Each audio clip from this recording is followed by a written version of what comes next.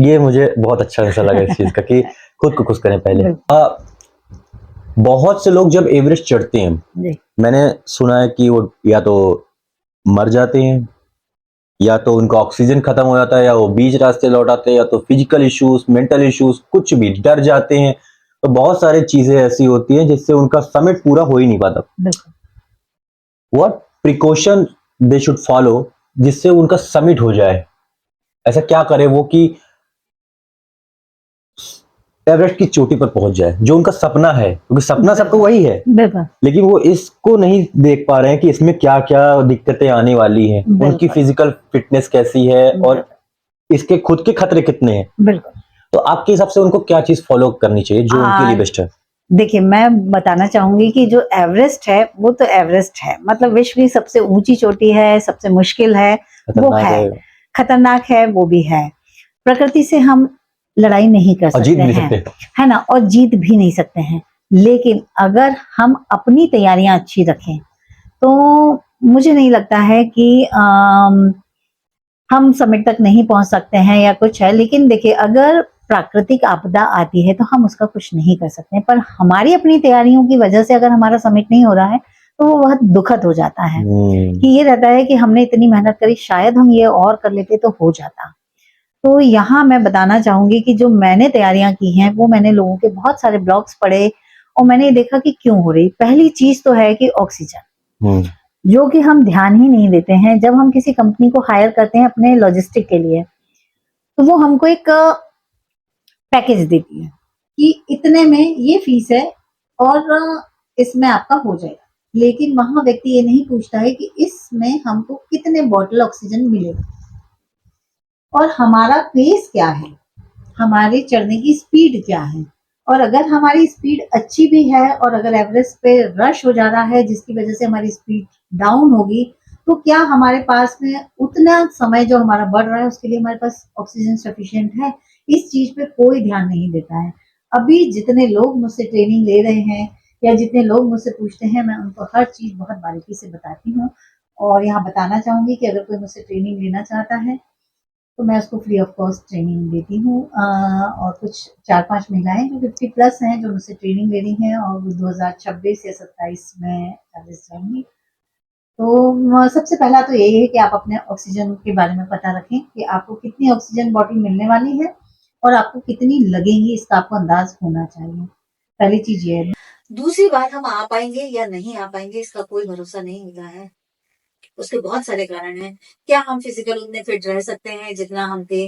क्या हमारे पास मेंटल उतना रहेगा? क्योंकि जब आप एवरेस्ट से लौटते हैं आपको पता है कि आप किन किन जगहों से मौत के मुंह से वापस आए हैं। सेकंड टाइम जाना उससे ज्यादा कठिन है पहली बार जाने से, और मैं 2 बार गई हूँ। तो मुझे पता है कि कितनी चीजों को मैंने अपने लिए तैयार किया था सेकंड टाइम जाने के लिए। मैंने अपने आप को ज्यादा मुझे प्रिपेयर करना पड़ा था पहली बार से। तो ये चीजें हैं, तो इन सब चीजों का ध्यान रखना है। दूसरा, आपको फिजिकली इस बात का सबसे ज्यादा ध्यान रखना है कि आपकी बॉडी आपका फैट यूज कर पा रही है या नहीं, ये उसको ट्रेन करना पड़ेगा। क्योंकि जो आखिरी लेप होता है हमारा एवरेस्ट का, कैंप 4 से समिट, समिट से कैंप 4 और कैंप 3 डायरेक्ट, वो हमारा करीब 24, 26, 28 घंटे हो जाते हैं, और शायद इससे भी ज्यादा कई बार, या इससे कम। उतनी देर तक आपको एनर्जी बनाए रखना है उस एल्टीट्यूड पे जो कि सबसे हाईएस्ट एल्टीट्यूड है, जहां बॉडी चेंजेस बहुत होते हैं, बॉडी अपने आप को बहुत तरह से बदलती है सरवाइव करने के लिए। और ठंड इतनी ज्यादा है, आप ऑक्सीजन मास्क निकाल नहीं सकते हो, खाने के लिए जगह नहीं है, खड़े होने के लिए जगह नहीं है। तो आपको अपनी बॉडी को इतना ट्रेन करना है कि वो आपके जो फैट है आपकी बॉडी में वो उसको यूज करे और उसकी एनर्जी आपको दे। आप देखेंगे लौटते टाइम का मेरा फोटो मैं आपको दिखाऊंगी, मैं फुल एनर्जेटिक थी। क्योंकि मैंने अपनी बॉडी को ट्रेन करके रखा हुआ था। तो ये कोई नहीं बताता है आपको। आप कितने भी एवरेस्टर से मिले हों, वो आपको ये चीज नहीं बताएंगे।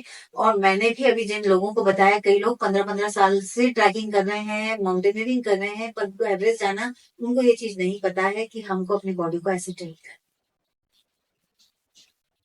एक साइड क्वेश्चन है जो मेरे दिमाग में चल रहा है एवरेस्ट पहुंच जाना चोटी पर सेल्फ अचीवमेंट है या एक मनी अचीवमेंट भी है? ये सेल्फ अचीव मेरे लिए तो सेल्फ अचीवमेंट था। ओके। मेरे लिए कभी भी ऐसा नहीं था। मुझे बाद में पता चला कि ये रिकॉर्ड बनने वाला है। जब मैंने ये सपना देखा तब मुझे नहीं पता था कि ये रिकॉर्ड बनेगा, या इस एज में किसने किया है, या मैं इस एज के बाद करूं। मैं 2022 में अगर कर लेती, जो कि मेरा टारगेट था, तो मैं ये रिकॉर्ड नहीं तोड़ सकती थी। लेकिन शायद कहते हैं ना कि ऊपर वाला कुछ लिख देता है कि आपके लिए कहानी लिखी हुई है। डेस्टिनी। हाँ, डेस्टिनी बोलेंगे कि, और मैं इस बात पे बिलीव करती हूँ कि मैं तो किरदार हूँ और ऊपर वाले ने कहानी लिखी हुई है, और वो जैसे जैसे मुझे डायरेक्शन देता है, मैं उस डायरेक्शन में काम करती रहती हूँ। तो मैं 2022 में कर सकती थी, लेकिन मुझे एवरेस्ट की सारी कठिनाइयां पता थी। मुझे ये भी पता था कि आप सब कुछ बहुत फिट है, सब पूरी तैयारी से गए हैं, लेकिन अगर भगवान नहीं चाहेगा तो नहीं होगा। एग्जैक्टली। और प्रकृति नहीं चाहेगी तो नहीं होगा। और भगवान नहीं चाहेगा कि आपकी वही लिखी हुई है, मान लीजिए, तो जरूरी नहीं है कि मैं वापस आऊं। तो मेरी बेटी थी, तो मुझे मेरी बेटी की शादी करनी थी। तो 2022 में मैंने सबसे पहले वो एवरेस्ट फतह किया। मैंने अपनी बेटी की शादी की, और उसके बाद मैंने एवरेस्ट के लिए मैं 2023 में निकली थी। लेकिन 2023 में मेरा नहीं हो पाया। मैं 600 मीटर से वापस आई, मौसम खराब था। और वहां 2023 को मैं ये कहूंगी कि एवरेस्ट से बड़ा मेरे लिए मानवता थी। तो मैंने अपना शेरपा किसी की जान बचाने के लिए नीचे भेज दिया था। अगले दिन मौसम अच्छा था, मैं सबमिट कर सकती थी। लेकिन अगर मैं सबमिट करती और मेरे को क्लाइंबर की जान चली जाती, तो मैं अपने आप को कभी माफ नहीं कर गिल्ट। सकती थी। हाँ, तो इस वजह से मेरा 2023 नहीं हो पाया था। मैं 600 मीटर से वापस आई थी। और मुझे घर के लोगों ने फिर मना कर दिया था, क्योंकि 2023 जो था वो एवरेस्ट के इतिहास में सबसे खराब साल कहा जाता है। उस साल 30 लोगों की डेथ हुई, 18 की बॉडी रिकवर हुई, 5 मिसिंग रहे, और 70% क्लाइंबर्स जो थे वो इंजर्ड हुए, फर्स्ट ब्राइट हुए। बहुत लोगों की हाथ की उंगलियां, कुछ लोगों की पैर की उंगलियां कटी हैं। हमारे अपने साथी क्लाइंबर्स हैं। तो मेरे घर के लोगों ने मना कर दिया था कि अब नहीं जाना है, और मैंने उसको एक्सेप्ट भी कर लिया था कि अब मेरे 4 कॉन्टिनेंट हो गए हैं, और यहाँ तक मुझे जाने दिया, ठीक है, मेरी भी अपनी जिम्मेदारियां हैं, और मैं एवरेस्ट के मतलब सिर्फ 600 मीटर से आ गई हूँ, तो ठीक है। ऐसा करके मैंने मान लिया था, और अपने लिए दूसरे लक्ष्य तैयार कर लिए थे मैंने, और फिर मैंने उस पर काम शुरू कर दिया था। तो मैं अल्ट्रा रनर बनना चाहती थी, तो मैंने उस पर काम शुरू कर दिया था। मैंने अपने आप को मना लिया था, क्योंकि मेरा एक बड़ा सपना था और वो पूरा नहीं हो पाया था। तो अपने आप को समझाना भी एक बड़ी चीज है। बड़ी तो चीज है। मैंने अपने आप को समझा लिया था कि ठीक है, मेरा यहीं तक का सफर था, अभी मेरे लिए नया रास्ता आ गया है, शायद इसमें मैं कुछ अचीव कर पाऊंगी। और तभी जनवरी में मेरे हस्बैंड मुझसे कहते हैं कि तुमको एक ट्राई और करना चाहिए। तो ये मेरे लिए बहुत खुशी का मौका नहीं था, ये मेरे लिए बहुत शॉकिंग था कि अब बोल रहे हैं जब मुझे मार्च में जाना है, मतलब मैं तो कुछ ट्रेनिंग नहीं किया। और आपने एक छोटा सोचना भी बंद कर दिया उसके बाद। हाँ, मैंने एवरेस्ट को सोचना बंद कर दिया था कि ठीक है, अब नहीं जाएंगे तो नहीं जाएंगे। हाँ।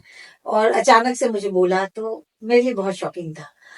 और मुझे अपने आप को मनाने में करीब 1 महीना लगा। मैं 6 फरवरी वो दिन है जिस दिन मैंने अपने आप को हाँ बोला था Let's try. कि हाँ, चलो करते हैं। करते हैं एक बार और। हाँ, फिर करते हैं। हाँ, एक आखिरी बार। हाँ एक नहीं, बार आखिरी नहीं था। मतलब क्या हाँ, है कि एक और एक और try ट्राई करते हैं। हाँ, हाँ, क्या हो जाएगा, फिर से वही हाँ, होगा जो हुआ था। हाँ, हाँ,